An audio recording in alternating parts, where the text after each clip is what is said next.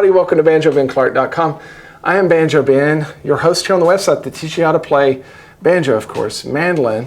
This week is Guitar Week. I've had a lot of people request doing some more advanced guitar rhythm techniques. You know, I've got a pretty expansive basic rhythm guitar series on the website. I have a really good intermediate one.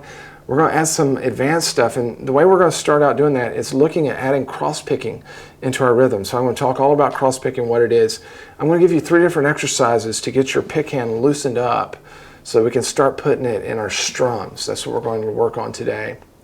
If you're watching on Facebook or YouTube, here in a moment I'll ask you to come over to the website, BanjoBenClark.com. You can join as a Gold Pick member. That allows you to see the videos and download all the tabs and rhythm track MP3s that I have on the site. We're talking about hundreds, and you can do that for all 3 instruments, banjo, guitar, and mandolin. So I'd be honored to have you on board. Let's jump into these rhythm techniques. I want to teach you first a hybrid strum pattern, then we'll get into the cross picking.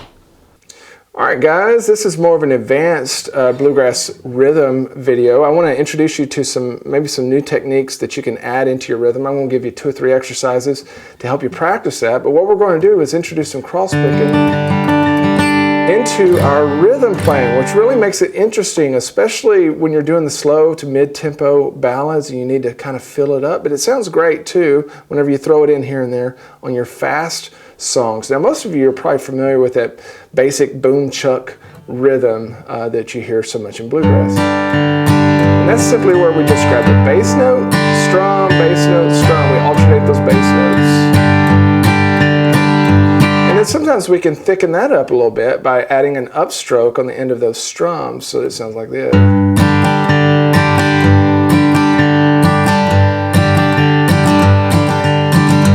To go beyond that. We're going to stay in the key of G just to make it more simple. But of course you can take these techniques to any chord that you play. Let's go ahead and throw out the first line of tab there, and we can look at the first exercise I'm going to give you. I call it a hybrid strum. You'll notice we have 2 measures of G, then 2 measures of C. Beneath each one of the notes are the little pick stroke directions. I don't think you'll get that mixed up in this one because we start with a downstroke and we're playing down, up, down, up, down, up, down, up all throughout the measure. But the way that this differs from what I just played you, we're going to add an upstroke after each one of those alternating bass notes. So we're not just going to play bass, chukka, bass, chukka. We're going to do bass, up, chukka, bass, up, chukka. So it's going to be more like a locomotive type sounding. Chicka, chicka, chicka, chicka, chicka, chicka. Instead of just a boom, chicka, boom, chicka, boom, chicka. So we're going to start out, and by the way, my G chord that I'm playing here is kind of a bluegrass G hybrid.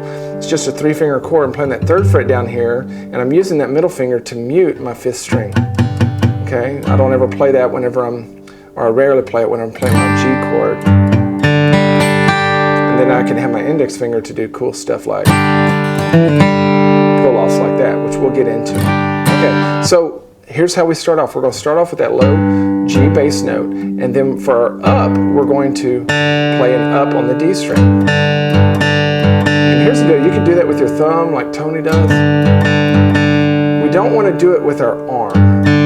Okay, so it's either thumb or you can do it with your wrist, and your wrist kind of has this type of movement. But we want to stay local. We don't want to have one big unit moving out here. Okay? So I kind of lightly, sometimes I do place my pinky on top of the guitar just to kind of give me a feeling for where I'm at. So I play those 2 notes, then do the 2 strums, and I'm aiming for the top 3 strings. I might get the top 4 as well for these strums, but I loosen up my pick grip a little bit so I can flow through those strings. And then the second half of measure 1, I'm going to jump up to my next bass note, which is that D note, and then do an upstroke on the G string. So 4, 3, and another strum. So that measure 1 slowly sounds like this. It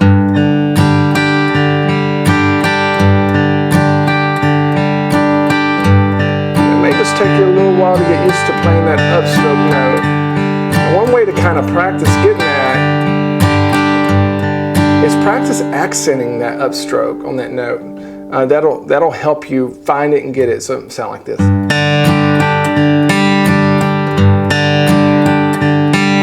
Of course, you don't want to play like that, but that helps you learn it, and then after you get more confident with it, you can back off. See how it sounds more like a locomotive? And I try to do it with my wrist. Okay, now we're going to go to the key, to a C chord, measure 3. We're going to use the same techniques, we're just changing our notes, of course. And so we're going to go to a regular C chord. I'm going to start on this bass note here, the C note. And then our upstroke is going to be on the 2nd fret of that 4th string. And then we do the strum. So. Then for my alternating bass note, measure 3, it's going to be different measure 4, but measure 3, I'm going to come up and grab that the 3rd tone, but it's the 4th string, and then an up on the G string, strum. So very slowly, measure 3 looks like this.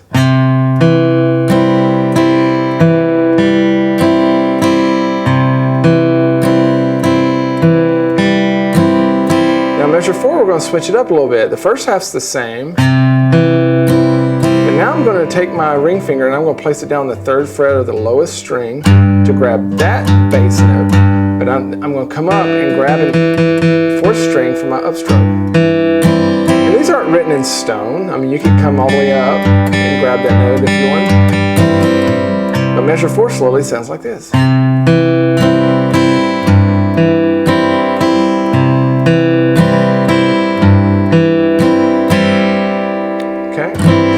Play measures 1 through 4 for you, just so you can hear what it sounds like.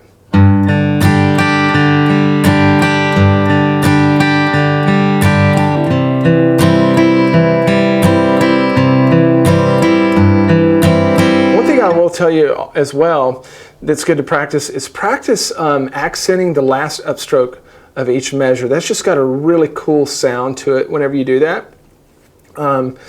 You don't do it every measure, you know, if you were playing this in a song, but at the end of vocal phrases, let me just show you what it sounds like.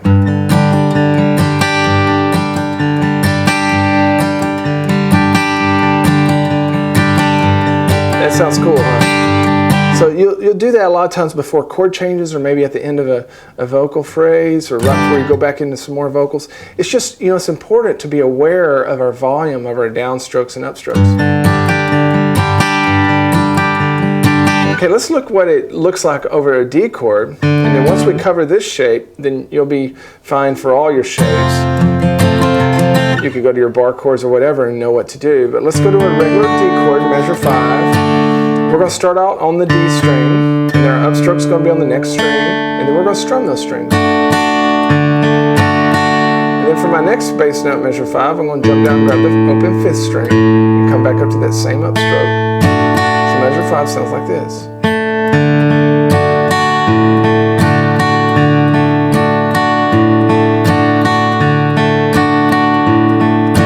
Now measure 6, the only thing different, the first half's the same. The second half, I'm going to reach my thumb over and grab the 2nd fret, F sharp. If you can do that, try to do it. That comes in handy later as you're playing. And then for our upstroke, we're going to grab the open 4th string. Measure 6 sounds like this.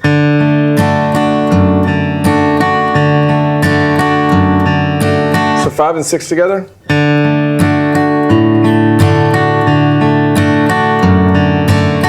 And then we're going to go back into a G, measure 7, and we're all used to a G lick, right? Okay, but I've got a little variation for you here, measure 7, that kind of works in some cross picking. The notes come at a little different time, but it sounds really good.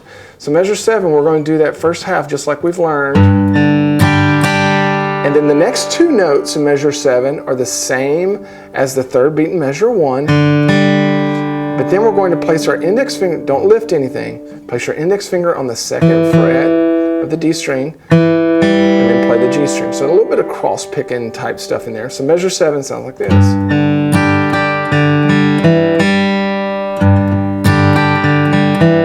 You'll want to lift it whenever you play the G string. You don't want it to ring. And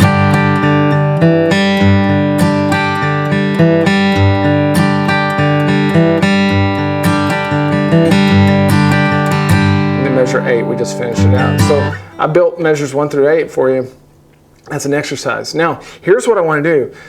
We're going to go into straight cross picking now. We're going to learn a cross picking exercise going through all the chords. And then after that, I want to instill some of that cross picking into the rhythm and combine it with these hybrid strums. Let's check it out.